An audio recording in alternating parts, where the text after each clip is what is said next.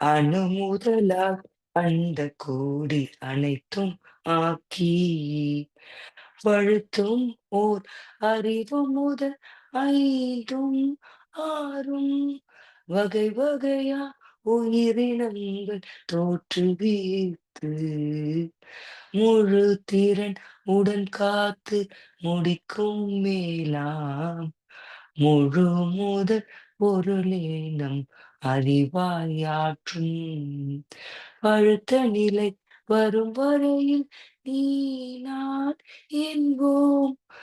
பழுத்த நிலை வரும் வரையில் நீ நான் என்போம். பதமடைந்தோம் ஒன்றானோம்.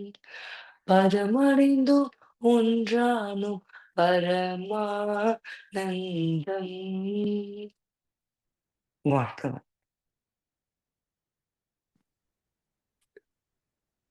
வாழ்க வையகம், வாழ்க வையகம், வாழ்க வளமுடன். குரு வாழ்க, குருவே துணை. குரு வணக்கம். சிந்தையை அடக்கியே சும்மா இருக்கின்ற சீரறிய செய்த குருவே, ஆந்த நிலைதனில் அறிவு அசைவற்றிருக்க பெரும் ஆனந்தம் பொங்குதங்கே. இந்த பெரும் உலகமிசை எடுத்த பல பிறவிகளின் இறுதி பயனாகிய சந்ததமும் எனை மறவாத சாந்த வாழ்வழித்தோம் என் சந்தோஷ செய்திதுவே. வாழ்க வளமுடன். வாழ்க வளமுடன். மையத்தவம் வழிநடத்திய நமது பேராசிரியர் அருள்நிதி கார்த்திகேயன் நாகேந்திரன் ஐயா அவர்களை வாழ்த்துவோம்.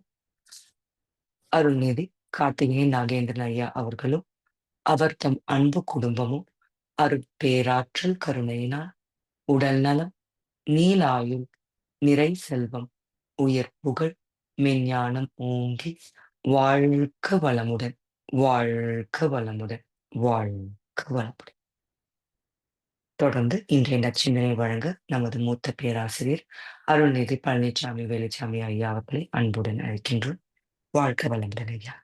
வாழ்க வளமுடன் அம்மா. வாழ்க வையகம், வாழ்க வையகம், வாழ்க வளமுடன். குரு வாழ்க, குருவே துணை. சான்றோ பெருமக்களே, குருவின் மேன்மை சிந்தனையில இன்றைக்கு இரண்டாவது கவி அண்டமதில் உருவெடுத்து அறிவை பெற்று அவ்வறிவு ஒன்று முதல் ஆறதாகி கொண்டமேலாம் இவ்வுருவில் குறிப்பில்லாமல் கோடான கோடி எண்ணி அனுபவித்து கண்ட பலன் என அறிய நினைந்தேன். அப்போ கருத்துணர்த்தி கனல் மூட்டி கருவாம் ஞான குண்டலினி எனும் என் மெய் உணர்வு எழுப்பி குறித்து என்னை அறிவித்த குருவே அன்பே. இந்த பூமியில நுண் உயிர் முதற்கொண்டு மனிதன் வரைக்கும் பரிணமித்தது. மனித இனத்திலே பல லட்சம் ஆண்டுகளாக பல தலைமுறைகளாக வாழ்ந்து கொண்டிருக்கின்றோம். மக்கள் தொகையும் நாளுக்கு நாள் கூடிக்கொண்டேதான் போகிறது. 820 கோடிக்கும் அதிகமான மக்கள் தொகை. நான் ஏன் பிறந்தேன் என்ற ஒரு கேள்வி எழுப்பி சிந்திப்பவர்கள் எத்தனை பேர்? அந்த சிந்தனை வந்தால்தான் பிறப்பின் நோக்கம், வாழ்வின் நோக்கம் என்ன என்பது தெரியும். அது தெரியாத போது கோடான கோடி எண்ணி அனுபவித்து எவ்வளவு என்ஜாய்மெண்ட்ஸ், எத்தனை வகையான உணவு பதார்த்தங்கள். கோயம்புத்தூர்ல இனிப்பு மட்டுமே 200க்கும் மேற்பட்ட வகைகள் ஒரு ஸ்டால்ல இருக்கு. கார வகைகள். இத்தனை வகை வெரைட்டிஸ் நமக்கு தேவைதானா? இதை சாப்பிட்டு பார்க்குறோம், அதை சாப்பிட்டு பார்க்குறோம். என்றைக்காவது போதும் உணவு என்று நமக்கு தோன்றுகிறதா? இப்போ எவ்வளவு விதவிதமான சுவைகளை துவைத்தாலும் அடிப்படையில் ஆறே சுவைதான். அவருடைய பெர்முட்டேஷன் காம்பினேஷன் தான் எத்தனை வகை. கணேஷ் அழகா சொல்வார், எத்தனை கிண்ணத்தில் இட்டாலும் மது அத்தனை சுவை ஒன்றேதான்.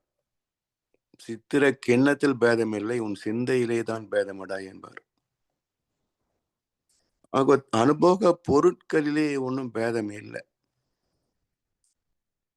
அதை ரிசெப்டிவிட்டியே சொல்கிறோமே, இது இப்படி இருக்கும் என்று.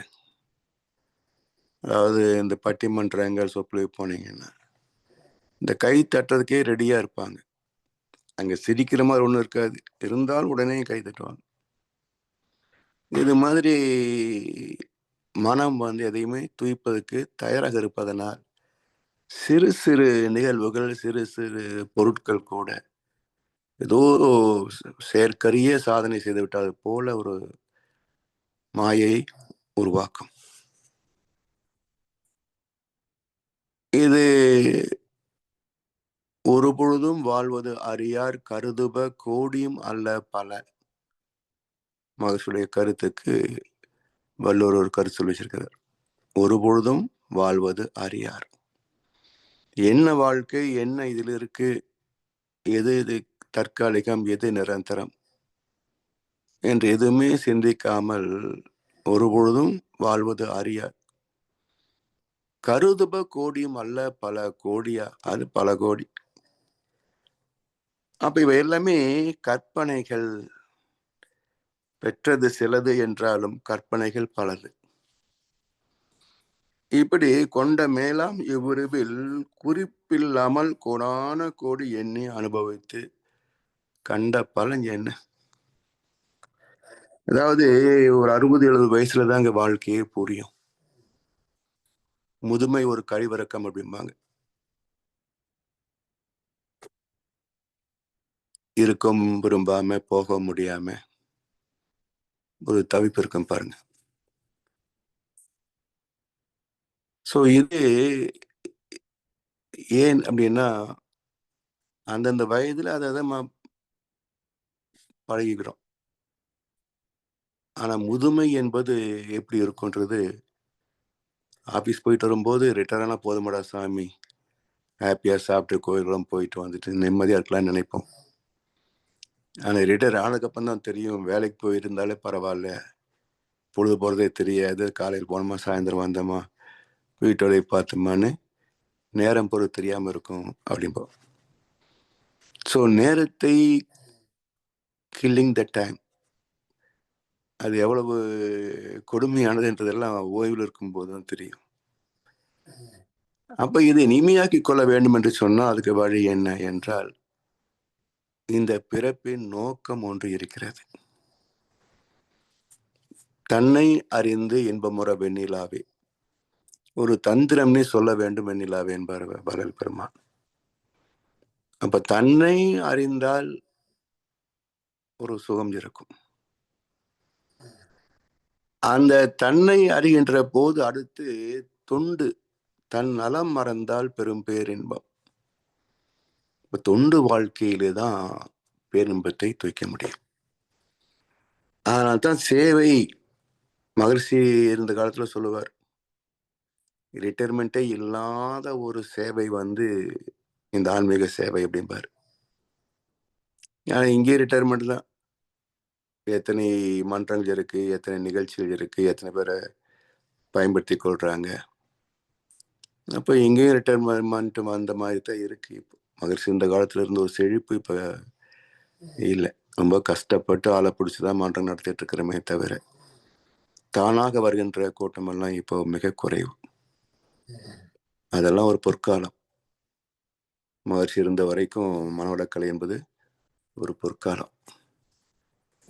வாழ்க்கை என்றால் எப்படி இருக்கும் அப்படின்றதெல்லாம் தூய்த்தது அந்த காலத்துல தான்.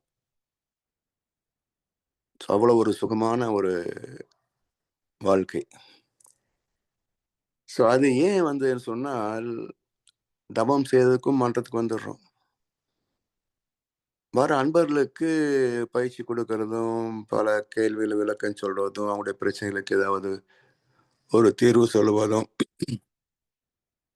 மற்ற மன்றங்களில் நிகழ்ச்சி நடத்துவதும், பொது நிகழ்ச்சிகள் நடத்துவதும், இப்படி பொது நலமாக வாழ்ந்த வாழ்க்கை. அது தனி சுகம் அது. எனவே சுயநலத்தை மையமாக கொண்ட பொது நலமே சுகமான வாழ்க்கை. ஆனா அதுக்கு வாய்ப்பு இருக்கணும் இல்லையா? வாய்ப்பு இல்லைன்னா நேரத்தை கடத்துறதே ஒரு பெரிய விஷயமா போயிடும். அப்ப இது வாழ்க்கையின் நோக்கம் தெரிந்தவர்களுக்கு இந்த சலிப்பு இருக்கிறது இல்லை. ஏன்னா அது புலன் கடந்து மனம் கடந்து போயிட்டா நேரம் போறதே தெரியாது. சாமிஜி வந்து சொல்லுவாங்க, இந்த பிரபஞ்சத்தோடு இணைந்து அந்த காந்த களத்திலே தன்னை ஒரு சிறு ஜீவனாக பார்க்கின்ற போது என்ன சுகம் அப்படின்றார் மகரிஷி. அதாவது ஆணி திருமஞ்சனம் சொல்லுவாங்க பார்த்தீங்களா? ஆனி மாசம் திருமஞ்சனம் என்று ஒரு விழா நிகழ்ச்சி இருக்கு. மஞ்சனம் என்றால் படுக்கை, திருமஞ்சனம்னா காந்த படுக்கை. அதை கண்ணன் அழகா சொல்வார், அன்னையின் மடியில் ஆடுவது என்போம், கண்ணியின் கைகளில் சாய்வதும் என்போம். தன்னை அறிந்தால் உண்மையில் இன்பம், தன் நலம் மறந்தால் பெரும் பேரின்பம் என்பார். அப்போ இன்பத்தை கடந்து பேரின்பத்தை தூக்கின்ற வாய்ப்பு தான் முதுமை. அதை பயன் கொள்ள தெரிந்து விட்டால் சலிப்பு இருக்காது. பயன் கொள்ள தெரியவில்லை, வாய்ப்பும் இல்லைன்னு சொன்னாதான் சிக்கல் பெருசா இருக்கும். அதனாலதான் பல பெரியவர்கள் ஏன் எதையாவது சொல்லி கேட்லி மக்களை வந்து நோக்கடிக்கிறாங்கன்னு சொன்னா அவங்கள சும்மா இருக்க முடியாது இல்லை. அப்போ இந்த பிறப்பின் நோக்கம் ஒன்று உண்டு. அது யார் நமக்கு உணர்த்தி காட்டுவாங்க? சாதாரண மக்களோ, கோவில் வழிபாடு நிலைகளோ, அல்லது ஆன்மீக மடங்களோ இதெல்லாம் நமக்கு பயிற்சியை தருவதில்லை. இதெல்லாம் பூஜை புனஸ்காரம் அப்படி ஒரு சடங்குகளிலேயே தான் பொழுதுபோக்குவாங்களே தவிர, தன்னை அறிவதிலே ஒரு சுகம் உண்டு என்பதை அவங்களால தர முடியறது இல்லை. அவங்களே துரிக்கிறாங்களான்றதும் ஒரு சந்தேகத்துக்குரிய ஒரு கேள்விதான். அப்ப தக்க ஒரு குரு உதவி, குருவுடைய நட்பு, பெரியோரை துணை கோடல் என்பார் வள்ளுவ பெருந்தகை. அந்த குருவின் நட்பு கிடைக்கின்ற போது, ஆசை கிடைக்கின்ற போது, அந்த பயிற்சியில் கிடைக்கின்ற போதுதான் வாழ்க்கையின் நோக்கம் புரிகிறது. கருத்துணர்த்தி கனல் மூட்டி கருவாம் ஞான குண்டலினி எனும் என் மெய் உணர்வு. அதாவது ஆத்மா கருமையம் என்பதெல்லாம் உடல் சார்ந்த வாழ்க்கைக்கு தான். குண்டலின்னு தனியா ஒண்ணு இருக்கா என்ன? இல்லை. இந்த ஆத்மாவே தன்னை அறிய திரும்புகின்ற போது அதற்கு குண்டலினின்னு பேர். எப்படி கடலும் அலையும் எழுச்சி பெற்றால் தானே அலை, இல்லைன்னு தண்ணின்னு தானே பேரு. அது மாதிரி இது ஆத்மாதான் தன்னை அறிய எழுச்சி பெற்றால் தான் குண்டலினின்னு சொல்லுவோம். அப்ப அந்த ஆற்றலை எழுச்சி பெற வைத்து நமக்கு உணர்த்தி காட்டுகின்ற ஒரு குரு வேண்டும். அதாவது பகவத்கீதையில தியான யோகத்துல ஒரு ஸ்லோகம் உண்டு. அர்ஜுனன் கேட்பான், இந்த உலக வாழ்க்கையே ஒரு பிக்கல் பிடுங்கள், இன்ப துன்பங்கள், இதெல்லாம் கடந்து ஒரு பேரின்ப வாழ்க்கையை அனுபவிக்கணும் கிருஷ்ணான்னு கேட்பான். அப்போ கிருஷ்ணர் சொல்வதாக வியாசர் எழுதுறாரு, நீ பரமாத்மாவாகிய என்னை அறிய வேண்டும் என்றால் முதலில் உனக்குள்ளாக இருக்கின்ற ஜீவாத்மாவை நீ அறிய வேண்டும். ஜீவாத்மாவை அறியாமல் பரமாத்மாவை அறிய முடியாது. சரி, அதுக்கு என்ன செய்வதுன்னு கேட்கலாம். ஒரு அமைதியான இடத்திலே அமர்ந்து புருவ மையத்திலே மனதை வைத்து என்னையே நோக்கி தவம் செய்வாயாக அப்படின்றார். சரி, நான் செய்யறேன்றார். அது உன்னால் முடியாதுன்றார். ஏன் முடியாது? அதற்கு தகுந்த குரு மூலம் தீட்சை பெற வேண்டும் என்ற கருத்து பகவத்கீதையிலே தியான யோகத்துல சொல்லு. அப்ப தகுந்த ஒரு குரு மூலம் தான் தீட்சை பெற முடியும். எரிகின்ற விளக்கு தான் இன்னொரு விளக்கை ஏற்ற முடியும். இன்றைக்கு உலகத்திலே ஆன்மீகத்தில் இருக்கிறதெல்லாம் எரியாத விளக்குகள். இது இன்னொரு விளக்கு எப்படி ஏற்ற முடியும்? ஸோ எரிகின்ற விளக்கு தான் உண்மையான ஞானம் பெற்றவர்கள், உண்மையான குருமார்கள். அவரிடத்திலே தீட்சை பெற்று பயிற்சி செய்கின்ற போதுதான் தன்னை அறியக்கூடிய மார்க்கம், அந்த வழி திறக்கப்படுகிறது.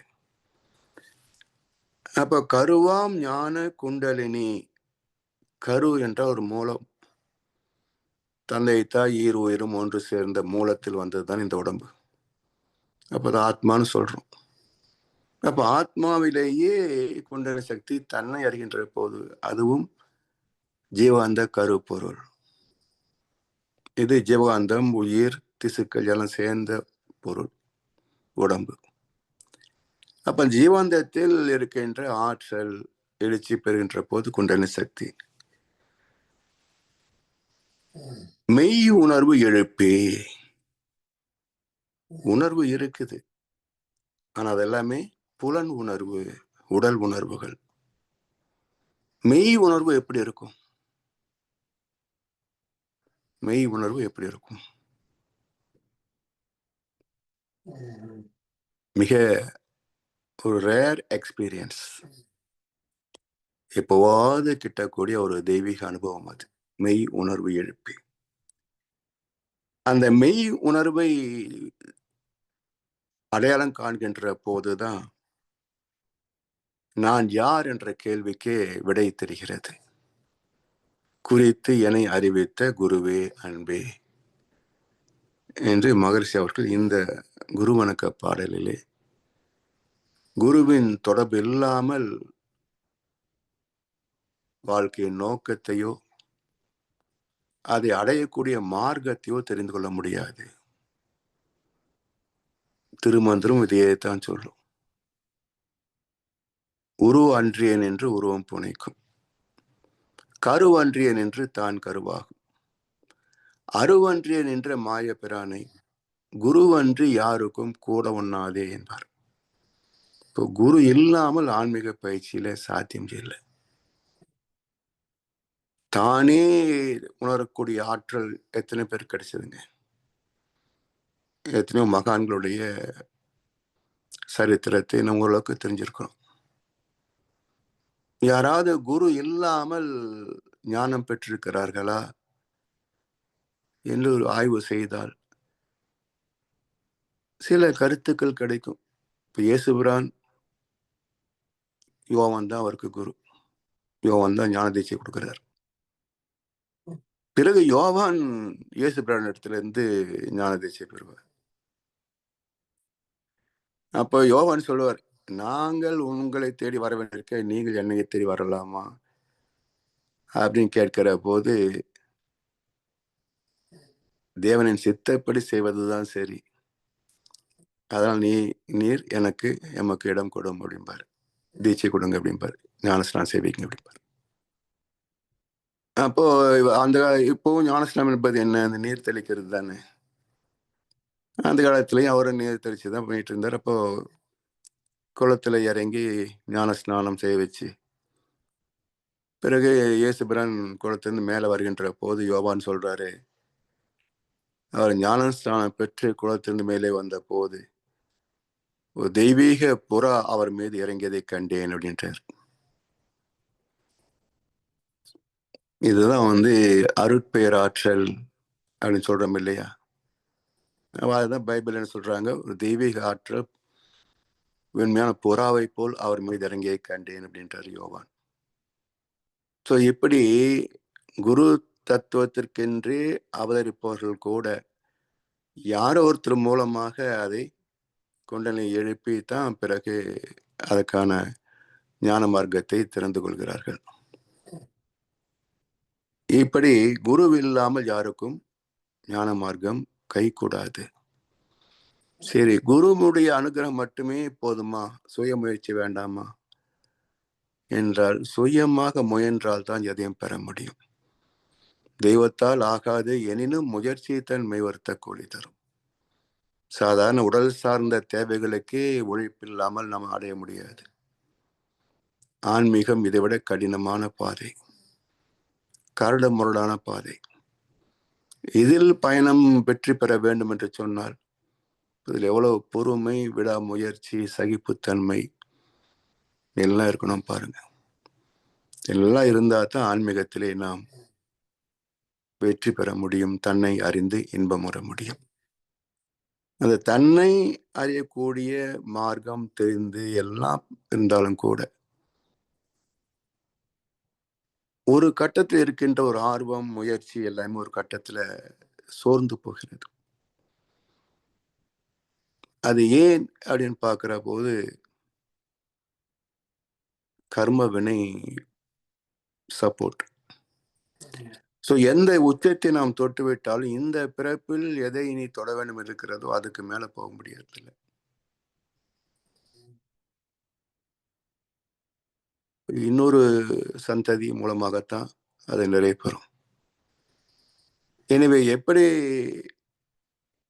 சமுதாயம் கெட்டு போனதற்கு பல தலைமுறைகள் காரணமோ அதே போல மீண்டெழுவதற்கும் சில தலைமுறைகள் ஆகும். இருபிறப்பும் தீயவை தீண்டா பழிப்பிறங்கா பண்புடை மக்கட்பெரி என்றார் வள்ளுவர். ஸோ இப்படி குறைந்தது 7 தலைமுறைகளிலே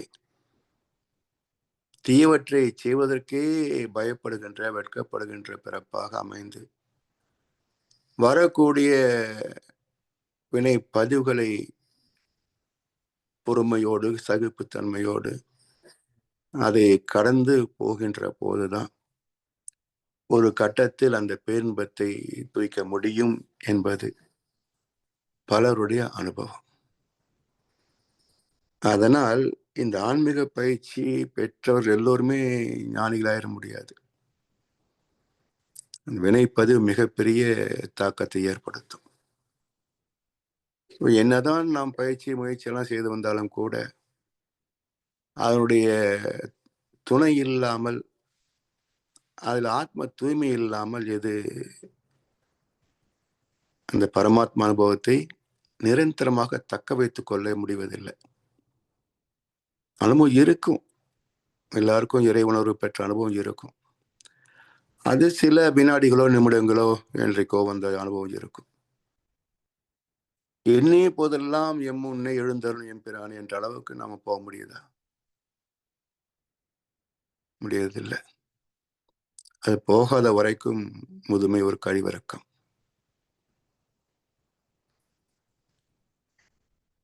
இந்த அளவுக்காவது நமக்கு தெரிஞ்சு வச்சிருக்கிறோமேன்றது ஒரு பெரிய பாக்கியம்தான். எனவே சில நேரங்களில் இதெல்லாம் அனுபவம் இருந்தாலும் கூட பல நேரங்களிலே நாம சேவை ஏதோ ஒன்று நம்மால் முடிந்ததை மக்களுக்கு தந்து கொண்டிருக்கிறோம் இல்லையா? அந்த ஒரு பொது நலத்திலே இப்ப கிடைக்கக்கூடிய ஒரு மன நிறைவு, அது நமக்கு அந்த சலிப்பை நீக்கி முதுமை கூட கொஞ்சம் தள்ளி போகக்கூடிய அளவுக்கு, முதுமை கூட கடந்து போகக்கூடிய அளவுக்கு ஒரு நல்வாய்ப்பாக அமைந்தது இந்த மகிழ்ச்சி அவர்கள் நமக்கு தந்த இந்த மனவளக்கலை பயிற்சிகள். தொடர்ந்து செய்து நாமும் பண்பட்டு மற்றவர்களுக்கும் பயன்படுவோம் என்று சொல்லி வாய்ப்பளித்த அனைவருக்கும் நன்றி பாராட்டி இந்த உரையை நிறைவு செய்கின்றோம். வாழ்கொளமுடன், வாழ்கொளமுடன், வாழ்க வையகம். நன்றிகள் ஐயா. வாழ்க வளமுடன். வாழ்கொளமுடன். தொடர்ந்து நமக்காக சிறந்த நற்சிந்தனை வழங்கி கொண்டிருக்கும் நமது மூத்த பேராசிரியர் அருள்நிதி பழனிசாமி வேலுச்சாமி ஐயா அவர்களை வாழ்த்துவோம். அருள்நிதி பழனிசாமி வேலுச்சாமி ஐயா அவர்களும் அவர் தம் அன்பு குடும்பமும் அருட்பேராற்றல் கருணையினால் உடல் நலம், நீல ஆயுள், நிறை செல்வம், உயர் புகழ், விஞ்ஞானம் ஓங்கி வாழ்க வளமுடன். ஐயா அவர்களின் ஆன்மீக தொண்டு, அருள் தொண்டு. வாழ்க வளமுடன், வாழ்க வளமுடன், வாழ்க வளமுடன். பாடல்கள் பாடி நிறைவு செய்வோம். பிரம்மஞான கவி பாட அருள்நிதி சங்கரி செந்தில் அம்மா அவர்களையும், உலக நல வாழ்த்து பாட அருள்நிதி ஹேமமாலினி அம்மா அவர்களையும் அன்புடன் அழைக்கின்றோம். வேதாத்திரிய பாடல். போரில்லா நல்லுலகம், பொருள் துறையில் சமநீதி, நேர்மையான நீதிமுறை, நில உலகு கோராட்சி, சீர் செய்த பண்பாடு, சிந்தனையோர் வழிவாழ்வு, சிறப்புணர்ந்த பெண்மதிப்பு, தெய்வநீதி வழிவாழ்தல், தேர் திருவிழா தவிர்த்தல், சிறுவர்க்கே விளையாட்டு, செயல் விளைவு உணர்கல்வி, சீர்காந்த நிலை விளக்கம், பார் முழுவதும் உணவு நீர் பொதுவாக்கல், பல மதங்கள் பல கடவுள் வழக்கம் ஒழித்து உண்மை ஒன்றை தேர்ந்தெடுத்தல். வாழ்க வளம். வாழ்க வளமுடன். பிரம்மஞான கவி. இறைவெளியே தன்னிருக்க சூழ்ந்தழுத்தும் ஆற்றல் இதன் திணிவு மடிப்பு விழ சுழலும் நுண்விண்ணாம் நிறைவெளியில் விண் சுழல நெருக்குகின்ற புரசல் நிலைவெளியில் எழுப்புகின்ற நேரலைகள் காந்தமாம் மறைப்பொருளாம் காந்தம் தன்மாத்திரைகள் ஐவகை மலைக்காதீர் மின்கூட்டம் மாபூதம் ஐந்துமாம் முறையாய காந்த அலை மனமாம் உயிர்குடல்களில் மதிபுயர்ந்தி உண்மை பெற மா பிரம்ம ஞானமாம்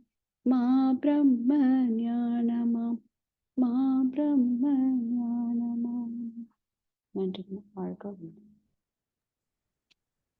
வாழ்க வையகம், வாழ்க வையகம், வாழ்க வளமுடன்.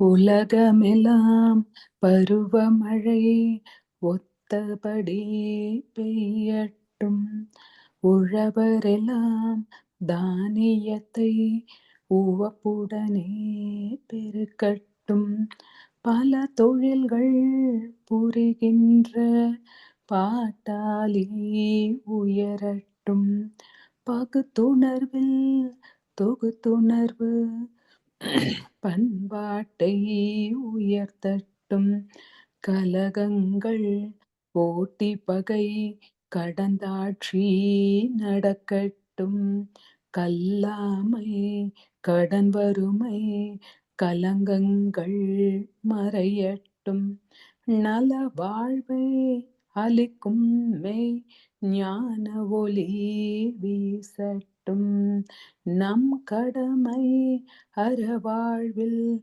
நாட்டத்தே சிறக்கட்டும், நம் கடமை அறவாழ்வில் நாட்டத்தே சிறக்கட்டும், நம் கடமை அறவாழ்வில் நாட்டத்தே சிறக்கட்டும், நம் கடமை அறவாழ்வில் நாட்டத்தே சிறக்கட்டும். வாழ்க வையகம், வாழ்க வையகம், வாழ்க வளமுடன். நன்றிகள். நன்றிகளம்மா. வாழ்க வளமுடன். இன்றைய தவத்தில் கலந்து கொண்ட அன்பர்கள், தவத்தை வழிநடத்தி தந்து நற்சிந்தனை வழங்கிய ஞான ஆசிரியர்கள் மற்றும் பாடல்கள் பாடிய அன்பர்கள் அனைவரும் வாழ்க வளமுடன். அவர் தம் அன்பு குடும்பம், உடல் நலம், மனவளம், பொருள் வளம், அருத்தொண்டு, ஆன்மீக தொண்டு வாழ்க வளமுடன், வாழ்க வளமுடன், வாழ்க வளமுடன். இத்துடன் இன்றைய காலை தவ நிகழ்வு இறை அருளாலும் குரு அருளாலும் இனிதே நிறைவடைகின்றது. வாழ்க வையகம், வாழ்க வையகம், வாழ்க வளமுடன். அனைவருக்கும் நன்றி. வாழ்க வளம்.